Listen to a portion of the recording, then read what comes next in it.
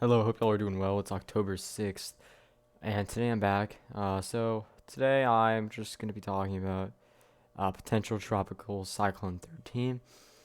Pretty much all I'm going to be focusing on. This video should be very short. Uh, I hope y'all are all doing well. It's Thursday. Uh, and yeah, so let's go ahead and get started. This is our potential tropical cyclone 13. Currently, as of 8 p.m., has sustained winds of 35 miles per hour, but it's expected to become a tropical storm, and we do have tropical storm warnings out uh, now. Uh, and that is moving generally just straight west. Uh,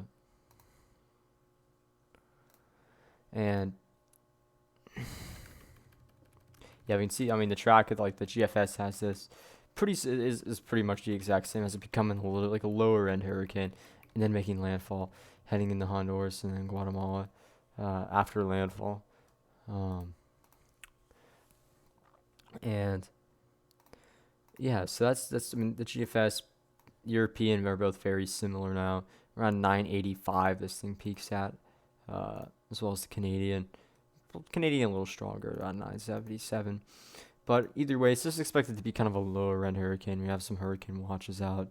Uh, so yeah, it's expected to make landfall like during the day on Sunday. Just looking like when we're gonna see it at this point.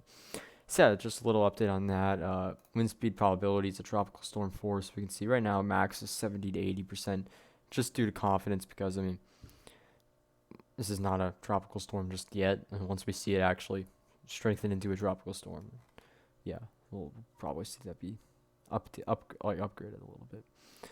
Uh,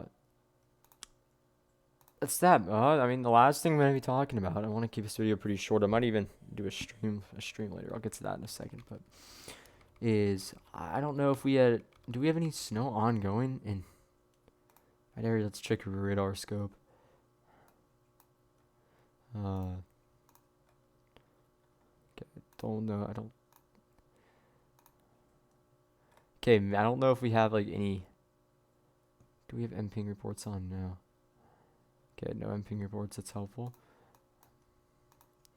No MPing reports in this area, but yeah, maybe we could see a few like flurries mixing in that area. But now I just want to look at next week, because next week has been looking interesting.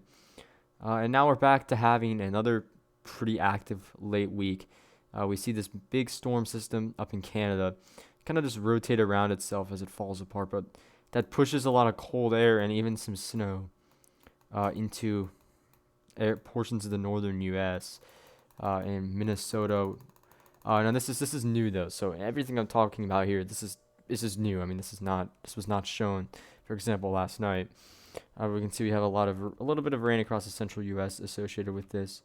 Uh, it brings a lot more rain to the east, as we see like a multiple lows form and just push that cold air into the northeast. Then and we just see kind of like storm after storm in the east. Now, for the rest of the GFS run. Uh, Temperature wise, and we can see just the constant like pushing of cold air. Uh, Many areas get below freezing by the end of the run.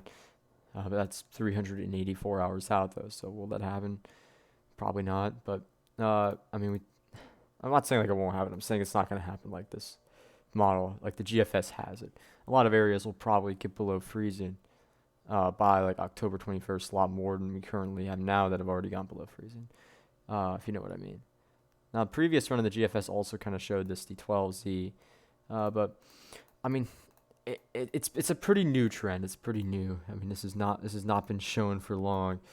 Although it has been both the Euro and the GFS have been hinting at a potentially like large storm system next week, and the European does kind of take after that with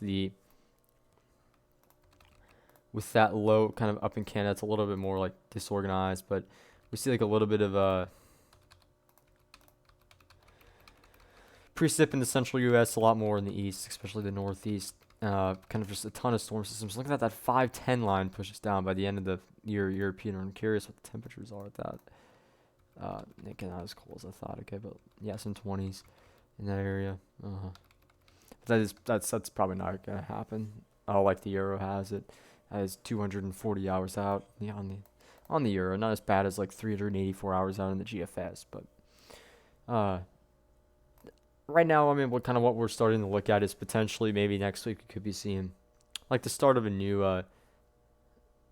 not really like a pattern change because it's been still pretty cool in the East and the Great Lakes, but kind of just we're gonna start to see everything get a little more active again across the U.S.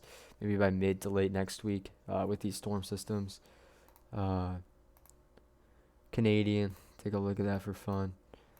Canadian shows something not similar, but it has a little bit of a storm system, but nothing like what the GFS and Euro has. So we'll see. I mean, there's still a lot of uncertainty with this. We'll take a look at it again tomorrow. Most likely, yeah, probably. But yeah, that's pretty much all I got. Hopefully, y'all enjoyed this shorter video. I might have might do a live stream tonight because I don't have anything going on because it's my fall break, so I don't have school on Friday or Monday. So yes,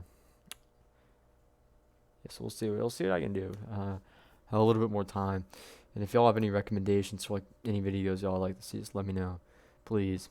In the comments. So, yeah, thank you for watching. I really appreciate it. Hope y'all have an excellent day tomorrow. And yeah, thank you.